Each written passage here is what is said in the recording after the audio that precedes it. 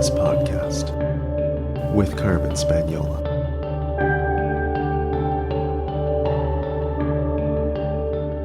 Hi there, and welcome to the Numinous Podcast, where we have interesting conversations with everyday folks about the mystery of life. I'm your host, Carmen Spaniola, joining you from the lands of the Seal Okanagan First Nation, where I gratefully live rurally, intergenerationally, as animistically and collapseware as I can, just a short drive away from a small town known as Summerland, BC. I know it's been very quiet around here. I'm going to talk about that in the next episode. Today, I'm too thrilled. I'm over the moon that Sophie Strand is joining us again on the Numinous Podcast. If you're new around here, you will want to jump back, scroll back after this episode, go back and listen to episode 205. Last time Sophie was here, we were talking about her novel. I think Sophie Strand really needs no introduction. You probably have heard of her work. Her novel was The Madonna Secret. Prior to that, her nonfiction piece is called The Flowering Wand, and you've probably seen her writing on the internet in like little quote bubbles with like beautiful flowers behind it, or maybe you follow her account, Cosmogony, on Instagram. If you do follow Sophie on social media, you will know that since we recorded this episode a few weeks ago, the seriousness of Sophie's medical symptoms have worsened, but there are also some possible pathways to treatment. Not cure, but treatment. And so I know you will want to join me in wishing Sophie the most miraculous intervention in her healing journey. I'm very excited to drop this episode as Venus is going direct, asking for intercession from the goddess, from the planet, the full moon. I felt like this was an auspicious moment to hold our attention on Sophie and her care. I was delighted to hear from Sophie and from her team that the Numinous Podcast was one of the few promotional appearances she was going to make for her stunning new memoir, her beautiful new work, The Body is a Doorway, A Journey Beyond Healing, Hope, and the Human. I won't say any more than that for now because I know what you're here for, and I am delighted and excited to present it to you now, my most recent conversation with Sophie Strand. Welcome back, Sophie. So what identities do you lead with currently? Well, first of all, I lead with that I don't have an identity or any stable identity, and that I have to be able to adapt and change every day. But if I was going to lead with an identity, I would say I'm a lover and I'm a storyteller.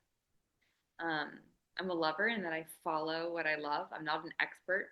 I always say that the word amateur comes from amare, to love. It means that you're not trying to own something or master it or dominate it. You're just trying to court it and come into collaborative, passionate play with it. So I'm an amateur. I'm a lover, and I'm a storyteller. I love stories. Well, I'm delighted to have you back on the show so we can talk about the story, this very personal memoir that you have shared. Before I ask you any questions, I found myself tripping a little bit over the words. Do you even use the frame of health anymore? Like, I was going to say, like, how's your health? Tell us about the current state of your physical well-being. Because of course you write a book and it takes like a year for it to come out. So before I even get to tell us about the journey to a particular diagnosis or how's your health, I'm curious, do you use health as a frame to describe the state of your being? And what's your relationship to the concept of health? That's a really helpful clarification question. So thank you. I don't know what health is. And I think especially for people who are born with genetic illnesses, who are born disabled or non-normative, you're always being rendered deviant from some normative body or nervous system you'll never be able to attain. So I think health is it's an imaginary body that is white, that is normative, that can function within a capitalist framework. And so I think health is haunts us. It's a fiction that haunts us and tries to make us feel like a failure. I think for me, I've recontextualized being healthy as the amount of joy I can feel in my life. And I owe that to my very close friend, Mary Evelyn Pritchard, who just by random coincidence has a very similar manifestation of connective tissue disease as me. And we connected about 9 years ago. We were neighbors. And at that point, no one had any connective tissue knowledge or disease. Me and her had it for years. We felt like aliens. And our primary care doctor actually, like, I think she told one of us and was like, I actually have another patient with Ehlers-Danlos. And we found each other through social media, and she's one of my closest friends. And she's a wonderful person. And she said to me once, she's like, health is not how well my body's functioning, it's how much joy I'm able to feel in my life and in my connections. So in that respect, I feel so healthy. I feel so present. I feel like I have so many friends. My family lives close to me. I see them all the time. I feel so grateful for that. In terms of how my body is functioning, badly. And not with any trajectory towards being better. I mean, I think in the past day, I've had 5 different people who know I have an incurable genetic condition, who know this, who be like, you're feeling better, right? And I don't even know what to say. I'm not sure, like, what, I'll never feel better, or that's not how this works, or, it's such a hard thing to handle. So I think inside a capitalist framework where there are normative bodies that work, that can produce value, that can produce production value. I think health is an object. It's something that's leveraged against the disabled, against the non-normative, and I'm fairly skeptical of it at this point. Mm-hmm. Well, and so hence the tripping over my words. I'm always so reluctant. Like, I want to ask people, like, tell me about the current state of your physical being, because just the word, tell me about your health, or how's your health, just feels like exactly what you just said. But it's hard because we do also want to check in. Like, Yeah. I think that there's no correct speech, and I think that it's also important to say that, like, you asking me about my health isn't the wrong thing. Like, we're all stumbling. We have scripts that are there to try and create connection across different experiences, different bodily experiences, and I think that question is an opening.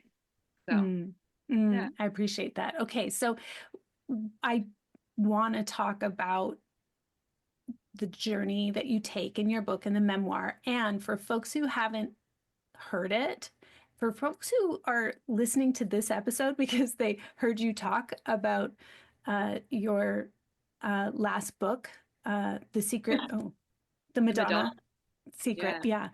They're like, oh wow, how would a person who sounds healthy, who wrote this big thick book, I've seen photos of her, she looks healthy, quote unquote, they wouldn't know that there's this whole personal story behind it. So I do want to bring people up to speed. So can you tell us a little bit about what is Ehlers-Danlos syndrome? What is mast cell activation syndrome, or is that the same as mast cell disease as you describe it in your book? And do those diagnoses with your current physical state of being, do those diagnoses still fit what you think is happening? So first I'll say that, like, it's very hard to be a young person and to be thin. And I think that if you're thin and young, people will presuppose that you're healthy, and oftentimes you're very, very sick. And we make these assumptions, these judgment assumptions about people's health based on superficial metrics that have very little to do with health. I think at moments in time when I may have looked less healthy, I've been healthier. There are all these paradoxes in our lives, and the culture at large and what it considers healthy. So yeah, invisible illness is a really hard thing. I think at my sickest, I've often been most complimented on my appearance. And it's always been, I mean, for me, what I learned from it is that we want women to look sick, Right. and that will compliment them the worse they are doing. And that has been reinforced at every single point of my illness. What my diagnoses, I'm really pretty skeptical about diagnoses at this point. I do technically have a genetic connective tissue disease, Ehlers-Danlos, and there are 15 different subtypes. And within those 15 different subtypes, there are a million different expressions. And there are different levels of severity. It's considered a genetic disease that has an epigenetic trigger. So oftentimes it will turn on and get worse. For example, I definitely genetically had it. We can trace it through both sides of my family and see the expression of it with vascular events, so vascular issues. We can see certain kinds of dietary issues, gastrointestinal issues showing up on both sides of the family. But it didn't, and I had typical symptoms of it growing up. I had thoracic outlet syndrome. I had postural orthostatic tachycardia. I was a glitchy kid, but I was generally really strong. I was on the track team. I was a long distance runner. I swam year round. I did competitive swimming, and it didn't really impact. I think I also thought other people might be having the same level of pain as me. And now I realize it was super not typical. I was like, oh yeah, other people get asthma when they go from warm to cold settings, or other people have a hard time swallowing and choke all the time. Like, I just kind of thought it was normal. And then there's always a story we can write, which is something happened when I was 16 and it led to a much more severe manifestation of the illness.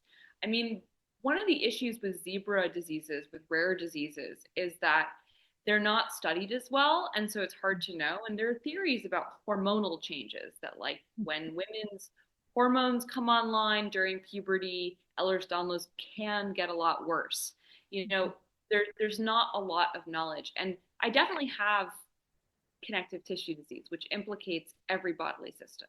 So, it causes renal issues, it causes heart issues, it causes eye issues, causes hemorrhaging, so many different things on a day-to-day basis. And definitely, like, for me, a relatively severe versions of what's possible within that diagnosis. But it doesn't totally capture what's happened in my body. So I also have mast cell disease, which often goes hand in hand with EDS, and I don't know why, which means that my body overproduces these cells that create histamine reactions. So creates allergic reactions to things that I'm not technically allergic to, and all the time, like severe throat closing, anaphylactic EpiPen reactions. And alongside that mast cell disorder is some autoimmunity that has been diagnosed as lupus potentially, Sjogren's, so many different hats it's worn, none of which have stayed on its head. All I know is that at this point it's attacking my lungs and my kidneys and my eyes and my spinal cord and my brain. And yeah, so I would say that there are these diagnoses that provide a certain kind of heuristics. They allow us to kind of simplify and work through the simplest way of understanding this, but they haven't, they're flimsy. They haven't necessarily provided any cure. And I worry that if I get too devoted to them, I might begin to perform them and live into them and predict them.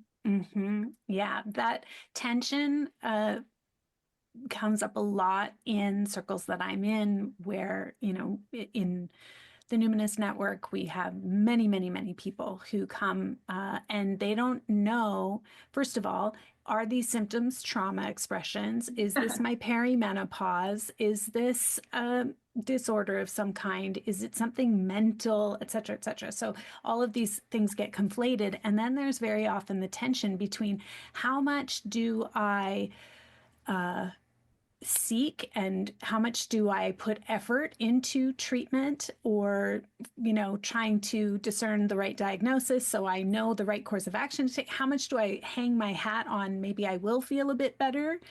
And how much do I move towards radical acceptance? Like, I don't want to stop trying, or I don't want, also, as you say, I don't want to receive a diagnosis and then become the diagnosis. So that tension it's so intense. And I really appreciated the struggle with that you take us through in the book.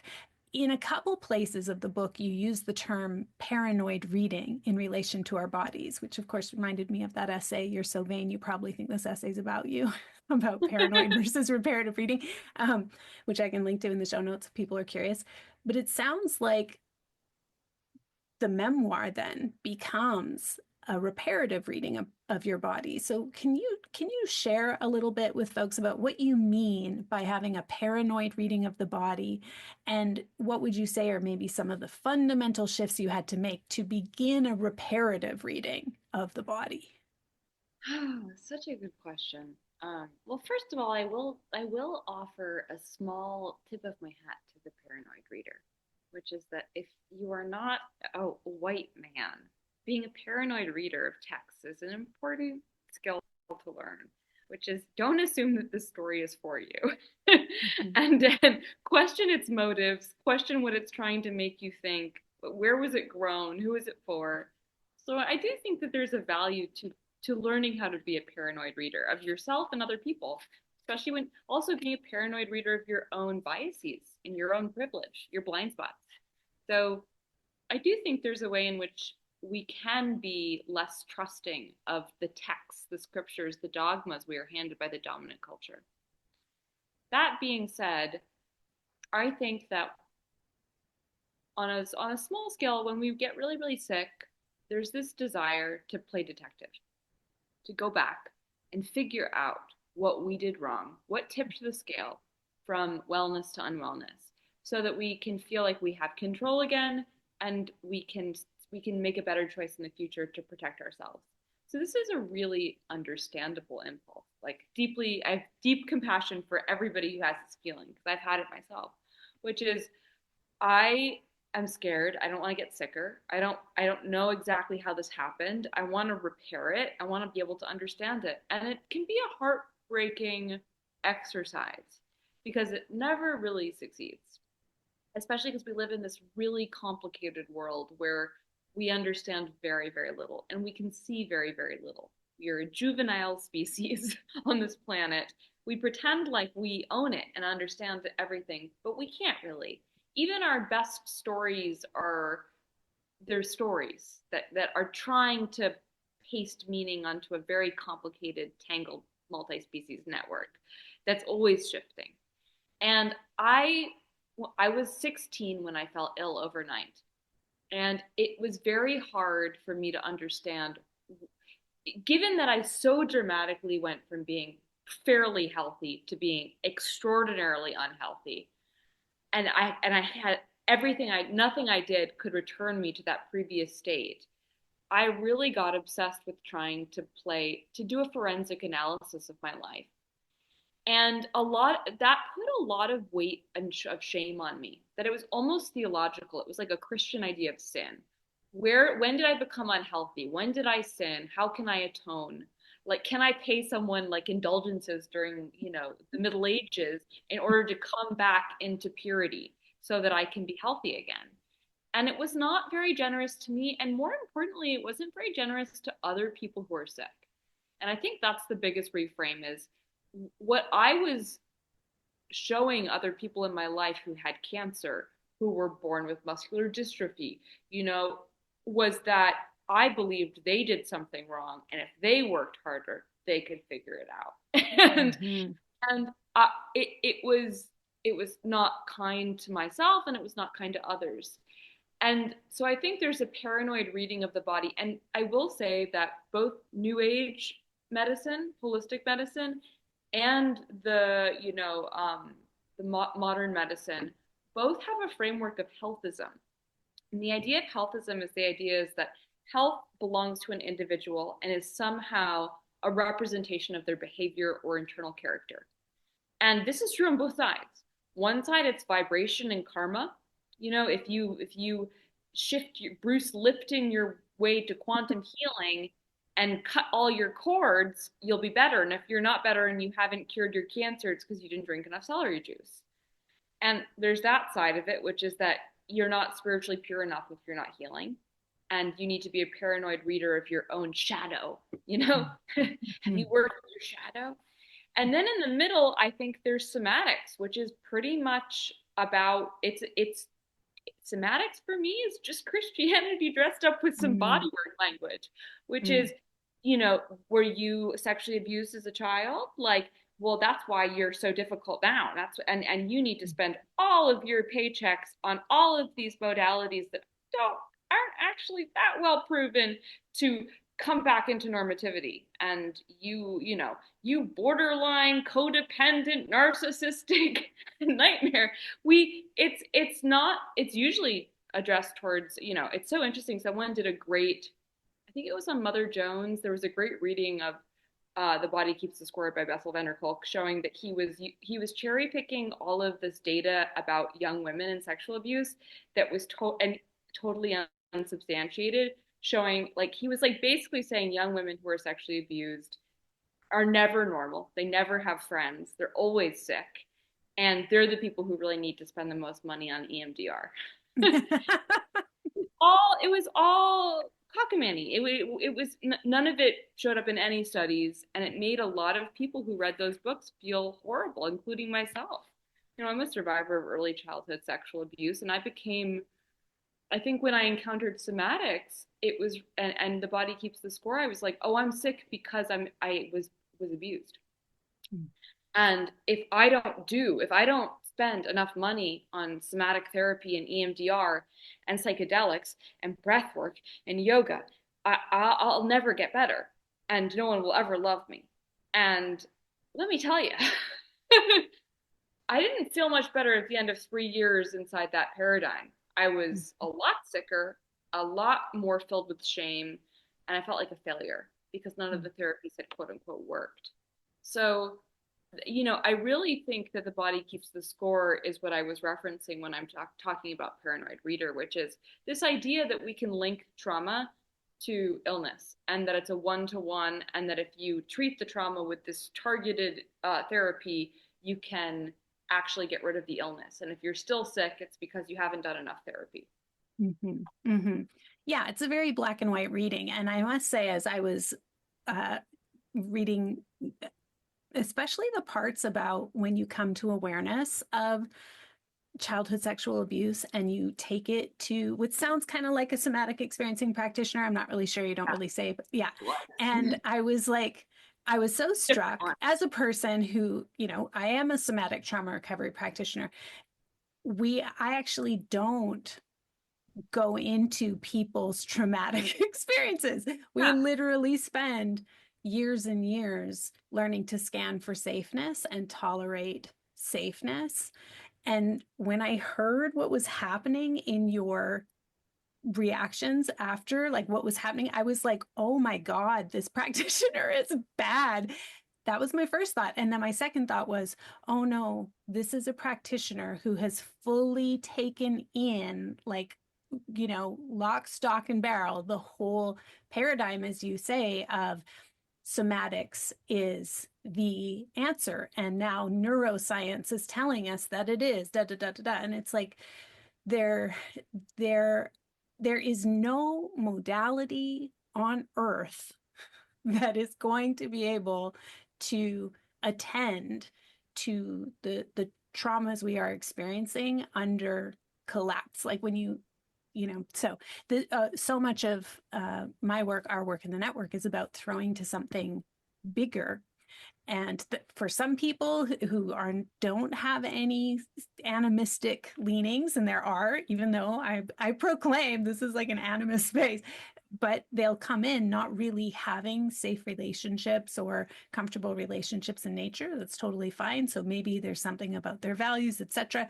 But that difficulty in landing safeness in the world, that's the issue. It's not what happened to you. It's not your abusive, toxic, narcissistic relationship you're leaving. It's not your borderline personality. It's like, it doesn't matter. It doesn't matter if it was your trauma. We don't have to go into that. It doesn't matter if it's your disease. What matters is that you are not able to locate any source of succor in the world. And that's the trauma. That's the trauma. That's the tragedy. That is the dis-ease that actually we can attend to very gently, very carefully. So it's actually not that practitioner was unskillful, which I actually still believe they were, because I think if you can't see that your modality is harming someone and you keep proceeding, you are unskillful and you are dogmatic. But also the entire let's call it industry of somatic trainings, which is just the more kind of techno savvy,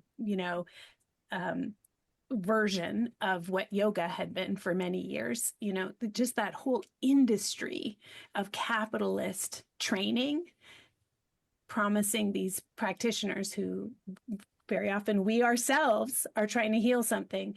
You pay for that, you get the training, and it still doesn't work. You have to have a much more nuanced, complex analysis of what is happening in the world. Like, I think if any practitioner in any modality doesn't have a lens on what's happening in collapse, you're already selling some kind of snake oil, and you're selling your own hope to other people and hoping that they will perform getting better so you can affirm what you just spent all that money training for. So anyway, I went from feeling like, wow, like she had a really shitty practitioner who traumatized her with the modality and should have stopped, to, oh yeah, no, I totally see, I totally get, it's an industry-wide capitalism problem, and as you say, like a Christian savior kind of problem. But how do you then you take readers through this journey of coming to that awareness, like, oh, this is just as harmful as the healthism you found elsewhere, and you come into this more animistic, maybe we could say mycorrhizal, reparative reading of the body. How do you ensure, though, that doesn't become another kind of Pollyanna tactic of, and now I'm mycelial, and so I can feel better about myself, rather than, like, how do you make sure that doesn't also get appropriated and pressed into service to bypass the reality that of illness under capitalism as a collapse event, or illness as a result of converging ecological and social emergencies, where we think that there is a norm and where we think that it's abnormal for the environment to collapse under empire, etc. All those things that are like, it's the paradigm and the framework that is so phobic of death and ending and decline and unwellness, let's say, that is the actual trauma of these times, or that we actually aren't going to be able to sidestep it, even if we see ourselves as good little fungi who are just slowly decomposing into something greater. I mean, there's no easy answer.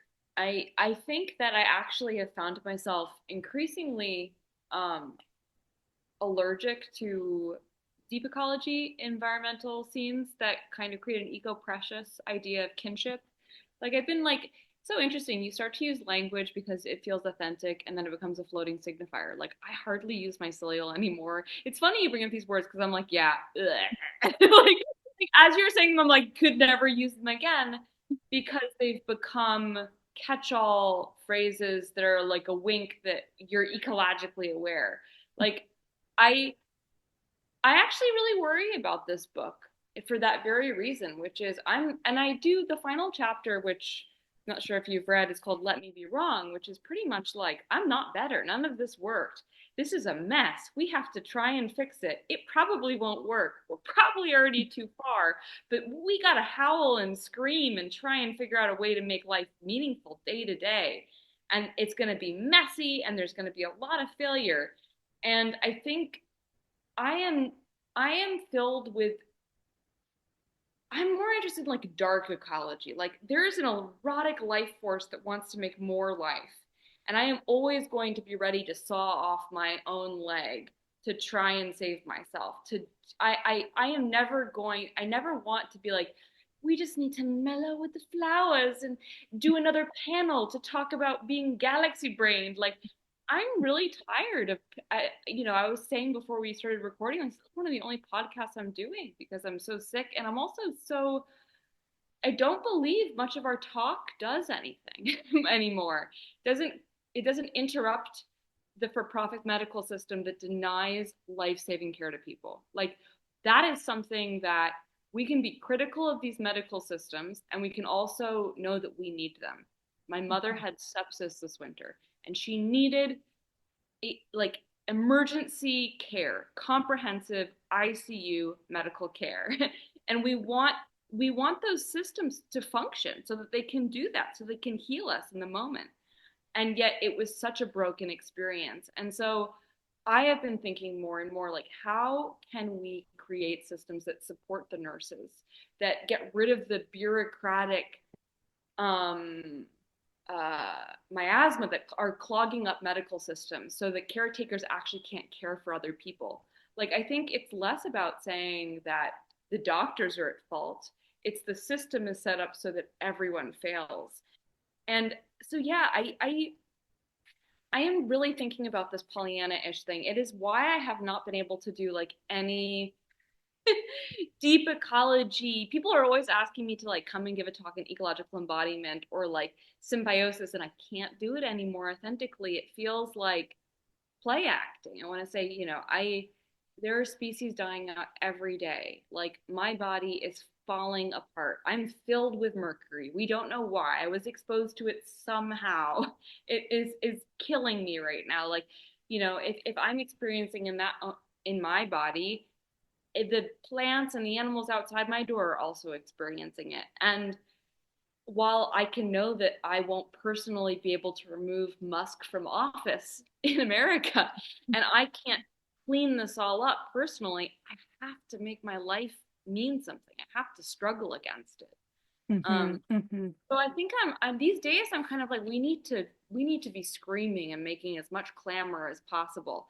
And we need to stop congratulating ourselves for practicing interspecies kinship. As much as it's important, Yes. it's not the only thing.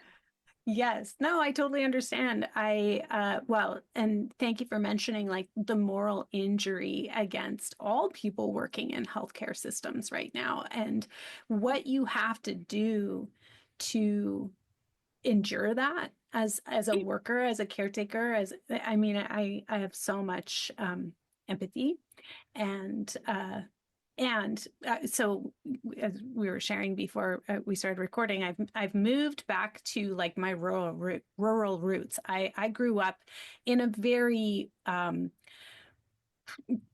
scrabble working class town, small town, and now I've moved to a rural area that is that I'm like, oh, I feel myself getting a little rougher. And it's funny because it really shows up when I'm on Zoom and when I'm teaching. It's like I'm swearing more, I'm using more hockey metaphors.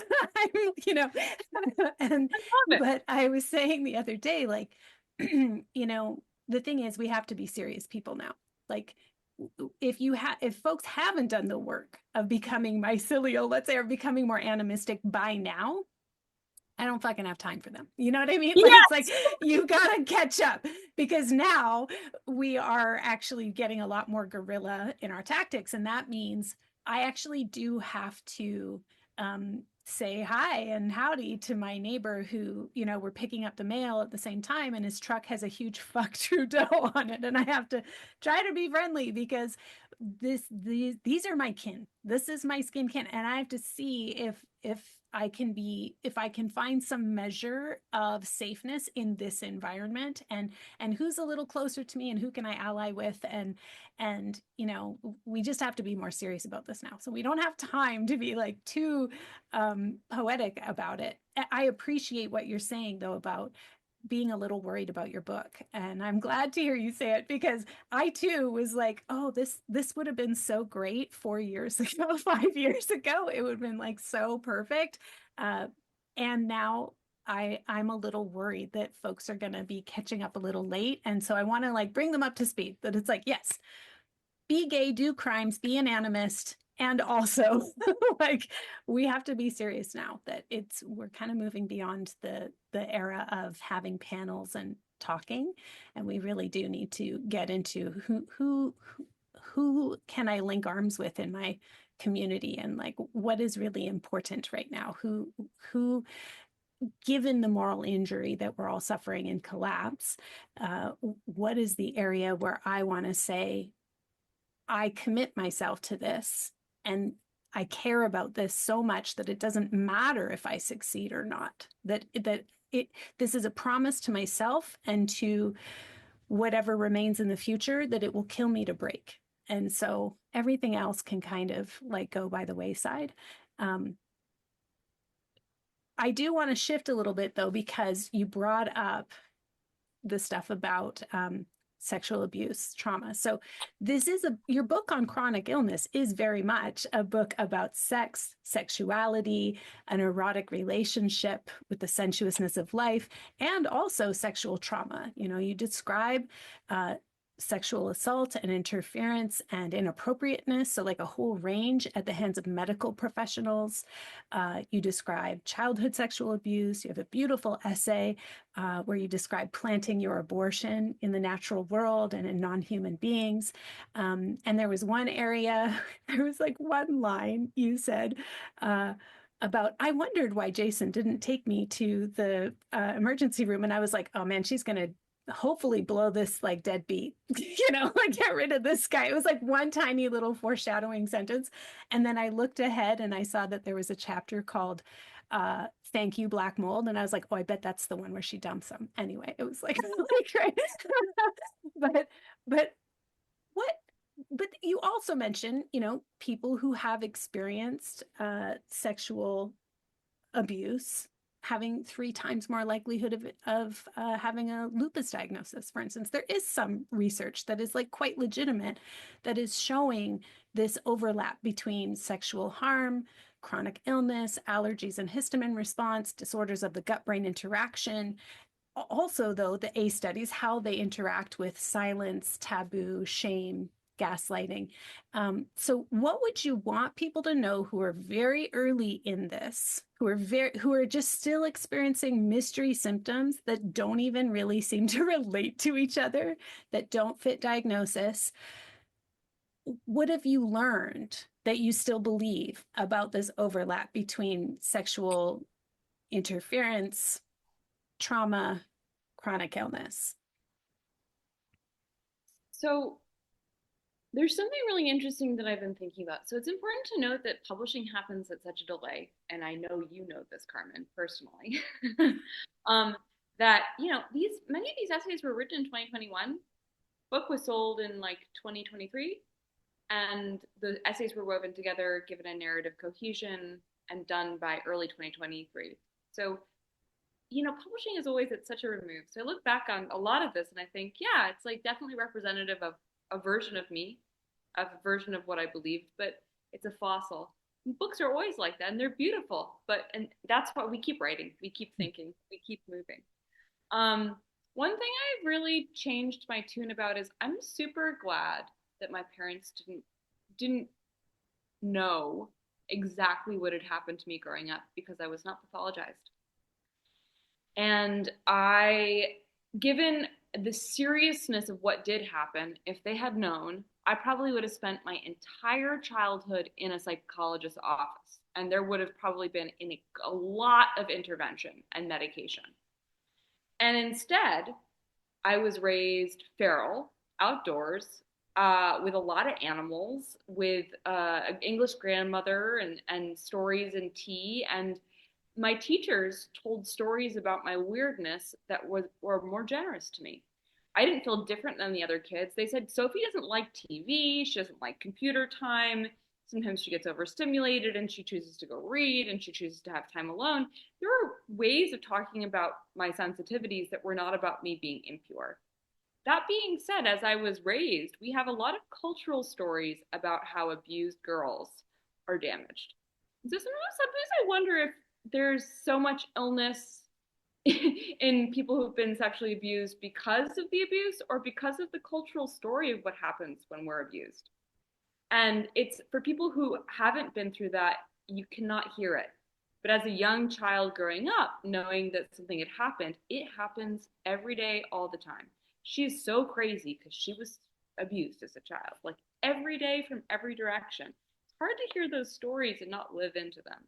So that's something I'm curious about. I am so lucky that my body didn't let me share this information until I was old enough to really work with it. And I think the one thing I would share to people is, if you feel something at the back of your brain that wants attention, if you have a sense that maybe there was something that happened, don't force it. don't force yourself to go unearth it.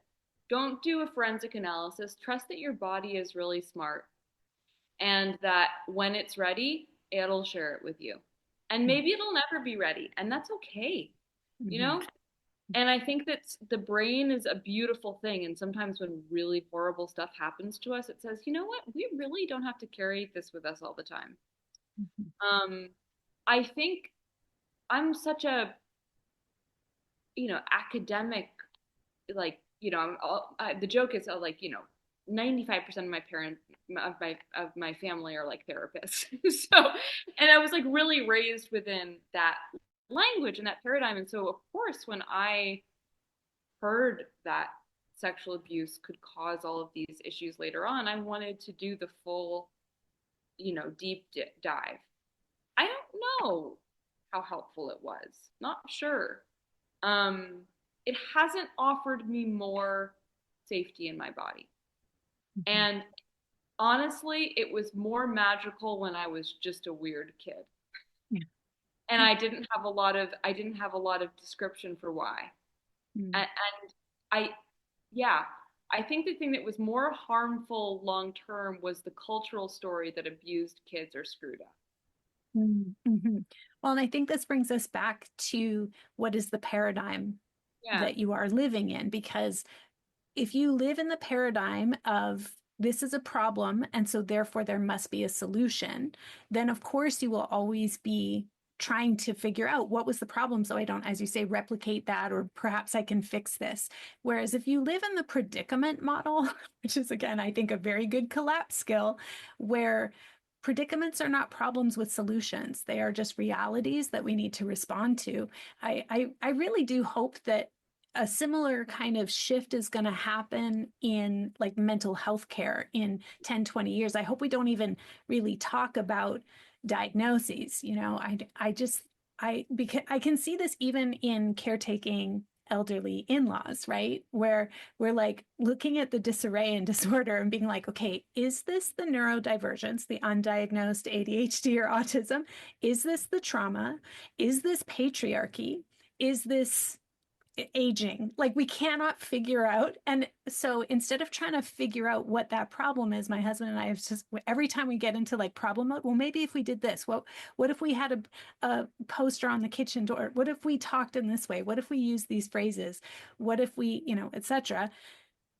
I put a hand on my chest. I put a hand on my husband's chest. We come back to the sort of consequentialist piece of like, it doesn't matter what the cause is. It doesn't matter how we muddle towards, there's no solution here. And so, what are we actually feeling? And usually, right underneath that question is, I feel panic.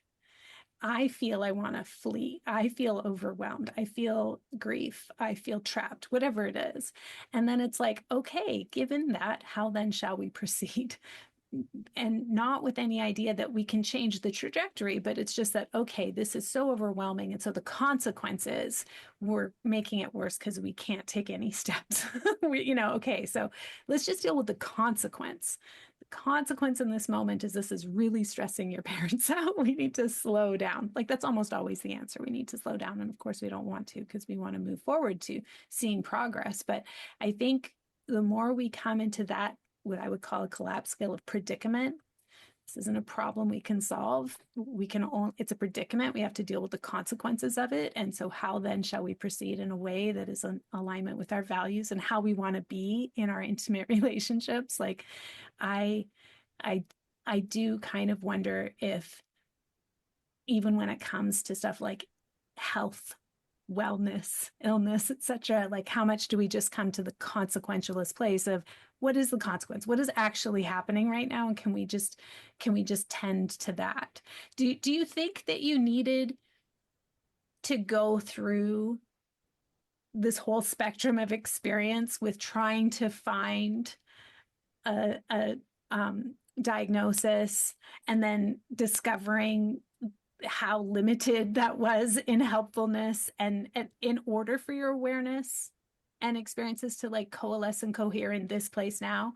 Or do you think it really would have been helpful to just not have ever sought diagnosis or not have ever sought say somatic support? Like, do you think it was all totally unhelpful? Oh God, no. I mean, I think it's the journey, right? I think I've learned from everything that I've ever experienced, and I'd never posit a counterfactual because I'm here today, and my family lives close. I have work I love. I would never want to explore another version of events because I don't know if I'd land in a place where I'm as happy as I am. Very sick, but very happy. Mm. So I also think that each paradigm helped me for a while. Like, I think at one point in the book I talk about survival mechanisms, which is like they're a bridge and they help you make one journey. You just can't use them again and again. So a lot of these paradigms helped me. They were rickety bridges. They helped me traverse certain areas of my life. I just couldn't use them again.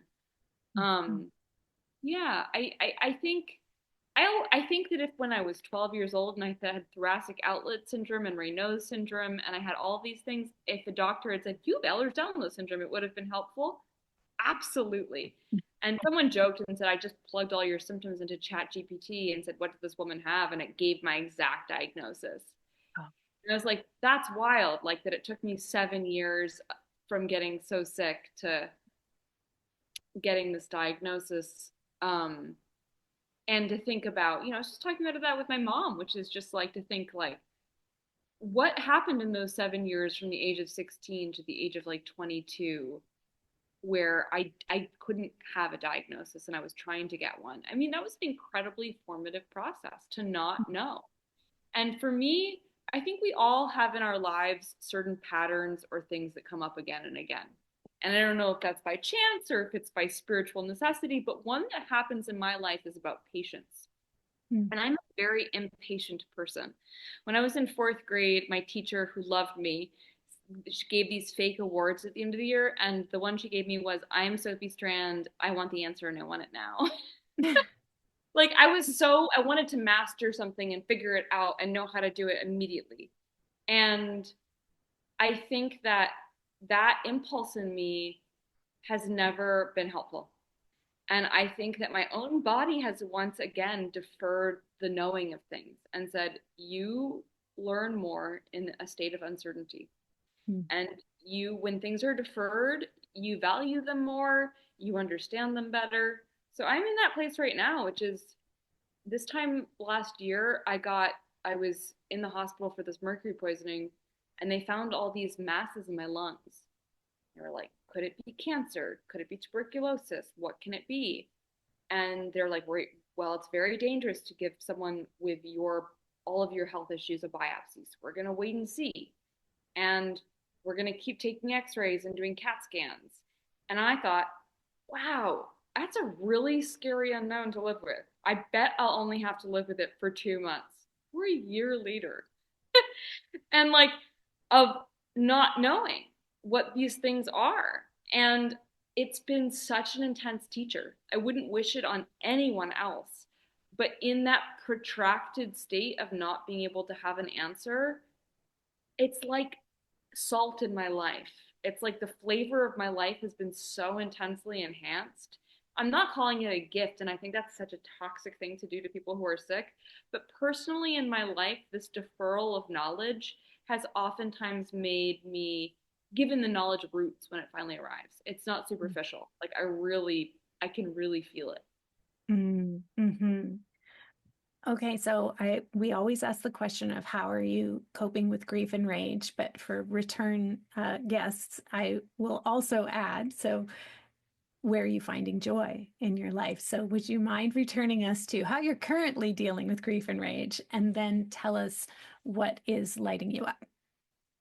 I actually think my answer is to both is the same.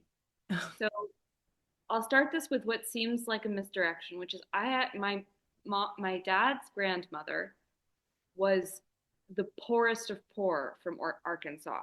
Like she had smallpox. She was married, I think, at the age of like 15. She had 6 different marriages.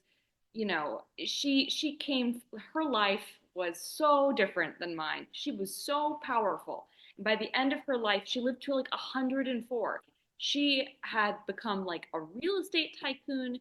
she was so indomitable, and she came from such patriarchal poverty, and she was the one thing that gave her life force was revenge. And when men screwed her over, she had like long game tactical 10-year plans where she would like buy out their companies or like like she was like really scary and amazing. And she lived a long time, and she took care of her family and other people, and she was scary.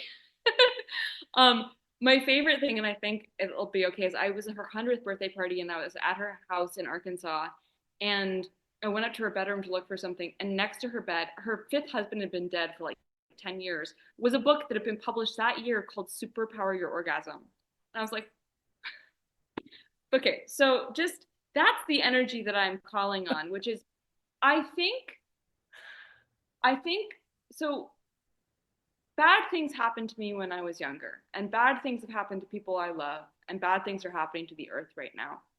And I oftentimes feel like my activism, my the ways I've tried to interrupt this have been largely futile, and that can be very draining. It can create a lot of rage and grief. One way that I get revenge is in fiction. And I have drawn great joy from writing fiction and would much prefer to write fiction than didactic memoir. Even though I'm very grateful I got to write The Body is a Doorway, I would much prefer to write stories. And that's where I'm happiest. And I think in stories, for me, I'll never be able to get revenge against the men who hurt me when I was younger. I don't think there's any legal way to do it in that would work. And I can do it in a story. I can't get revenge against the people who misdiagnosed my friend and then she died, you know? But I can do it in a story. And I love writing stories. And stories don't hurt other people. Like, I think real revenge can be malevolent and cruel and can reenact the violence that it is in reaction to. But I think in a story, we can work through those experiences of wanting to right the scales, to right the wrong. So I just was revisiting the story of Count of Monte Cristo, and I was like, this is a great trauma therapy. Is like, write your Count of Monte Cristo. Yeah, that's my answer. I love it. And I'm a big fan of revenge too. I'm not one of those witches who doesn't perform curses or hexing. Just like people who know me know, I am like a queen curser. So I don't apply it just like willy-nilly, but when I do, you can bet there's some raw chicken in a bonfire and some binding things happening. There's stuff happening. So I love that, and I'll really look forward to that story. It's lighting me up and like setting my jaw. I love it. Thank you so much for sharing your journey so far, Sophie. And we really look forward to maybe having you back for the next story. Thanks for being here. Thank you so much, Carmen. Hopefully next time it will be fiction rather than memoir. Yeah. Sophie's book, The Body is a Doorway, is out now everywhere you buy books, and I'm going to link to it in the show notes, which you can find in your podcast player or on numinouspodcast.com. I'm also going to link to, the usual things, her website, her social media, but also take a look for the GoFundMe link. This is a GoFundMe to support Sophie's ongoing treatment. So if you're disabled yourself, please feel no pressure. I'm linking specifically for all of us who are currently able-bodied, who've learned something about grappling with the inevitability of our own decline, or about our own ableism, or our own healthism, or about disability, living with that. Just increased our compassion in any kind of way. If you've gotten any value at all from this conversation or from her book, I invite you to make a gesture of thanks to Sophie, even a small amount if that's all you can spare, just as a way to amplify the good magic around her and her work, and to bless her in return for the generosity of her guidance today and with her entire body of work. Now, as I said off the top, I know it's been quiet around here so far this year. I am going through it, my friends. I'll be back in a week or two with all the hot goss on what's been up for me. Bring your Kleenex. I can tell you right now I'm going to cry. That's why I haven't been able to get an episode out. But I'm going to talk about how I'm grappling with collapse personally and collectively, and also some more details about my upcoming facilitation training, because I'm going to run a summer cohort this year.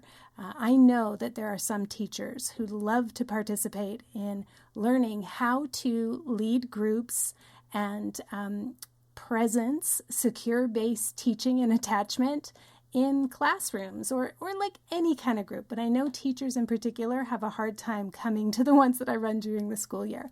But if you are a space holder of any kind, you work with groups of any kind, and you are looking for some guidance on how to host sessions in these turbulent times, host groups in a way that's trauma-informed, attachment-based, has critical analysis of power, is somatically grounded, justice-oriented, and collapse-aware, then you'll want to head to my website and apply for a spot soon, because it's a small group.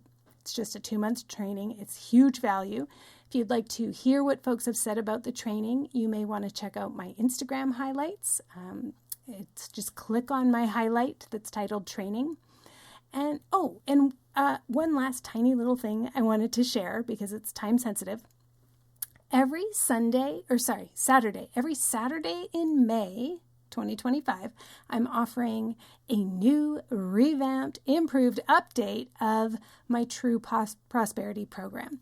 The True Prosperity program was around for like 10 years. One of my signature programs. It's the program I developed to help me get over my money anxiety, crippling money anxiety, and just incredible trauma after my bankruptcy in 2009.